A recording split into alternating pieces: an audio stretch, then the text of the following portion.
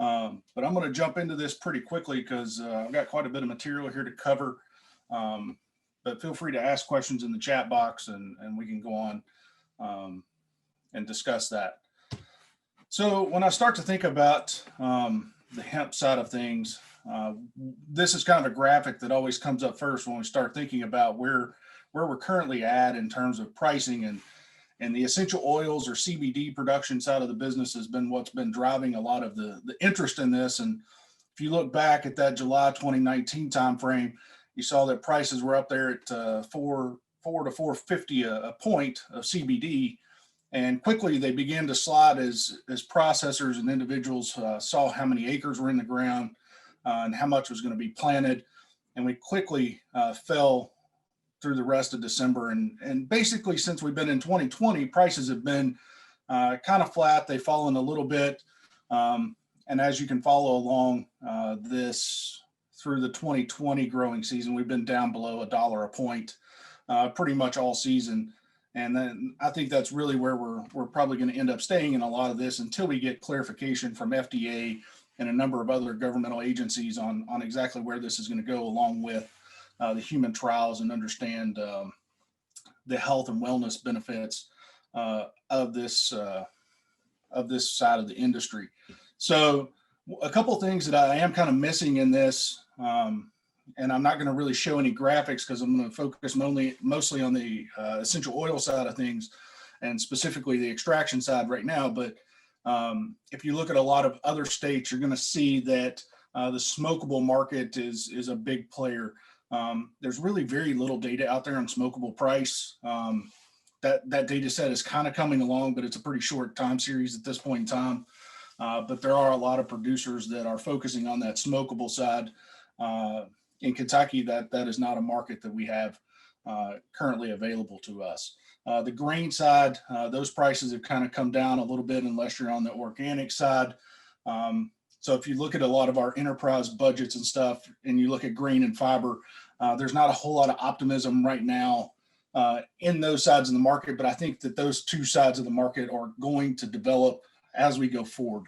So that is a bit of bright news, I think, really in this. And I think you'll also see down the road some of these other cannabinoids come into play. So the CBGs, the CBAs, the CBNs of the world as we get, as this industry continues to develop. So I wanted to give, if you look at this across the country, what you will see is quite a few discrepancies in terms of pricing as you go across the country. So the one that kind of stands out to me that's kind of in recent months had kind of an increase in price is in the Colorado market. We've seen those bump up, and they're actually almost bumping up on the top end towards $1 a point. The Kentucky market has been down here pretty low. We're below 50 cents. Some of the older stuff from 2019, or some of the stuff that's not very, has really low CBD percentages in it, is down around this 15 cents a point. So yeah, there's a lot of differences across the country in terms of pricing for the biomass. Now keep in mind, this is biomass, this is not bucked flour or final flour product. So there is a difference in that. Up until the last couple of months, or the last couple of months coming up to November, the Northeast is the area that was receiving some higher prices relative to other parts of the country. So I'm going to touch a little bit on this. This is on the clone and seed input cost side. This is one of the biggest input costs when we talk about these enterprise budgets, and we're going to have our enterprise budgets out for 2021. They should be out sometime in January. We're in the process now of getting those revamped and adding a couple other pieces to that. But if you look at the clone and seed side, one of the largest, probably your largest input cost, especially in the essential oil side, and to some degree, even in the grain and fiber side, as we have germination issues and you have to put a lot more seed out than you would if we had better germination rates. So that kind of leads me to one of my conclusions that I'm going to come to at the end, is we really need a lot of genetics, a lot of breeding help to get the right, to get our germination rates up so we can plant less seed And Bob has a number of studies and several others do across the country that talk about how poor the germination rates are for this. But we see that these costs have come down. So this is a CBD clone market. This data is from Hemp Benchmarks. It's come down to somewhere in that $2 a plant type range. But still, when you start talking about planting an acre of this and somewhere between 1,500 and 3,000 plants an acre, that's still on a per acre basis a pretty good chunk of change. Then if you talk about the CBG market, we saw a big drop in those prices from February to June in the clonal seed market. And they're down here right around that $2 mark as well. So we'll see how those continue to progress. So I think as this market continues to develop, what we'll see is a continued downward trend in prices for the clone and seed prices as we get more and more more and more producers of clones and seed, and we get higher quality seeds and clones. These prices will continue to come down as this market continues to develop. I also put in here some of the refined products on the processing side. We're seeing these prices continue to follow on a per kilogram basis. And I think we're going to continue to see this. The one interesting part about this is that if you look at the consumer side, one of the hurdles on the consumer side is the price of some of these products in the grocery stores or wherever you're going to purchase that. But now as some of these refined products, prices are coming down as we're getting more processed material and final products.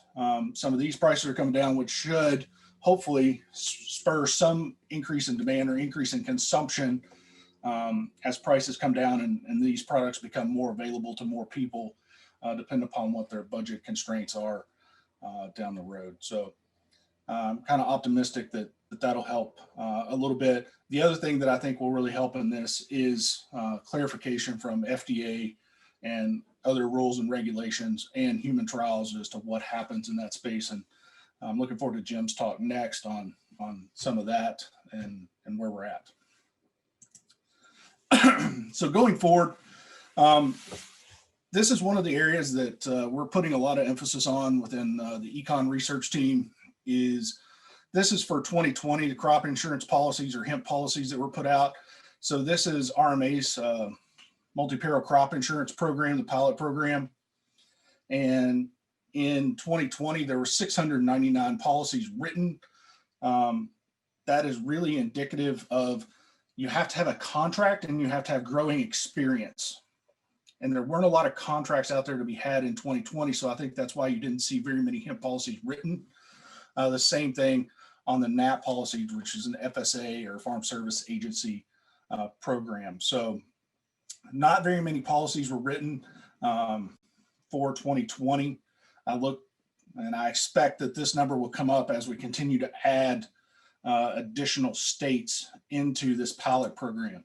So if you look at this picture across the country in 2020, we had 21 states eligible. You can see that the states of Colorado, Kentucky, North Carolina, Tennessee, where a bulk of the acres were grown at, is also where a bulk of the hemp policies were written. In 2021, you're going to see 4 new states come in. You got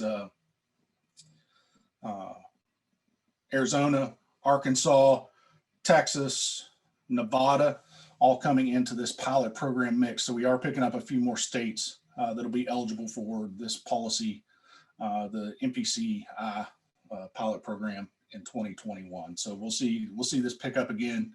And I think now that market has kind of settled out a little bit, maybe we'll see some more contracts also come into place. So maybe we'll see more hemp policies being written. I wanted to throw out a little bit on the consumer side. This is out of 2 surveys. The first on the left is out of an EU CBD consumer survey done by New Frontier Data in 2019. The one on the right is a US CBD consumer survey done in early 2020.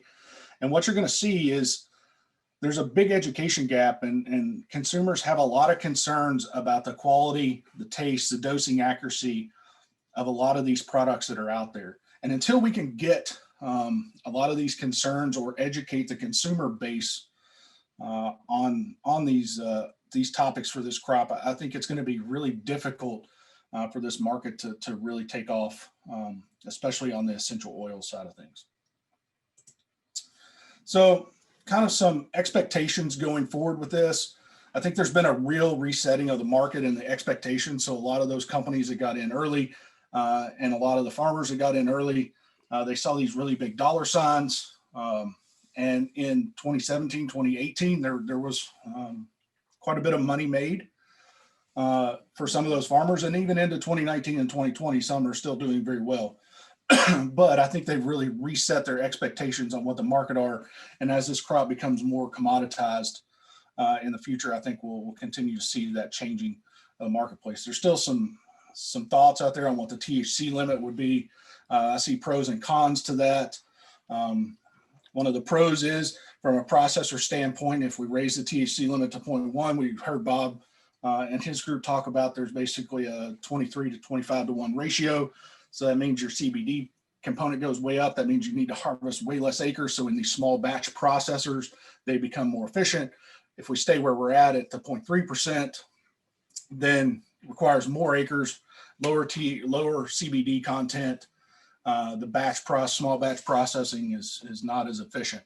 I think we still need a lot of genetic improvements, but I think a lot of that's going to be waiting on regs to know what the regulations are going to be for these crops going forward, and what our breeder is going to be allowed to have material that's over the 0.3% to breed, or are we only going to be held to that 0.3% on the research side as well. There's also competitive advantages. So we kicked the 2014 pilot program out to September 30 of 2021. So that's going to mean that a lot of those states that continue to operate under the pilot program are going to have some competitive advantages or disadvantages. So Doris talked yesterday about one of the big things that we wanted to be able to do in the state of Kentucky is have the retest program and allow that material to be retested. That's not part of the national USDA program. So that is an advantage for farmers in the state of Kentucky. And, so there's a lot of things on that front as well. Also with how the testing procedures work in different states. There's potential for other cannabinoids. There's still minimal contract availability. We really want to see people, really looks like people are trying to shorten that supply chain. So they're vertically integrating. We're still seeing quite a few bankruptcies, reorganizations, consolidation.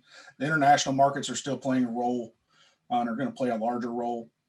Probably uneven demand growth as we go forward, as we get more information, more clarity, and uncertainty leaves the market. I think that will help demand growth, but it's going to be slow. Hopefully we're going to see a lot of other risk management tools come into play as well. So I wanted to say all that to try and get to some of this. This is some of the research that's going on within the economic team at the University of Kentucky. This is a piece that we put out in early 2020 that really led to a lot of what you're getting ready to see. And that is this first study, and I'm going to put out this. I put out who all of my collaborators are on the right-hand side. We're currently right now working on an economic impact of hemp-based industries on rural communities. So we're developing a lot of economic impact multipliers for supply chain. There's a big consumer survey that's coming out of that. That project just kicked off earlier this year. So look for a lot of that information to come in the near future. This is a project that I'm leading specifically here at the University of Kentucky, and all the regulators that are on the call. I'm going to be reaching out to you for some help as well. This is a project funded by AMS, and we're doing the first ever production cost survey and census of all the 2020 producers across the country. So this will start to really give us a look at what true production costs are as we go across the country. Managing risks in hemp production, contract development, and contract insurance. So within this project, we're looking at putting out some contract best management practices, wording, kind of both from the processor side and from the grower side. We're going to provide some base templates that the growers might think about adopting, as well as processors. And we're also looking at the crop insurance options that are out there, what type of protection they provide and potentially other ways that crop insurance could be used. So we've also got a project here at the University of Kentucky looking at pricing structures for the cannabinoids, looking at feed, livestock feed, how it compares from an economic standpoint to other feed products, and then also land use change for hemp, from hemp production, and how that may change the landscape across the state of Kentucky and across the country. And lastly, we have one piece in here trying to look at preferences on labeling, regulation, spending, and demand for hemp products. So I think this is going to be really important for us going forward. Other topics that we're looking into: international trade, cost of destruction, economic thresholds for these pests and diseases that Nicole and Raul were talking about earlier, and then processing capacity assessment. And thanks to Vote Hemp and Eric Steenstra for some help on that. But we'll see some things come out on that pretty soon. This is the hemp team that I have kind of here at the University of Kentucky. It's been a long time coming, trying to get all these people on board and get this machine kind of cranked up, but we're getting there. And please look for a whole lot more information coming out from the economics side in the next year. And please feel free to reach out to me at any point in time if there's anything I can help with, questions. I speak at a lot of different places and talk to people from all over the country. So thank you.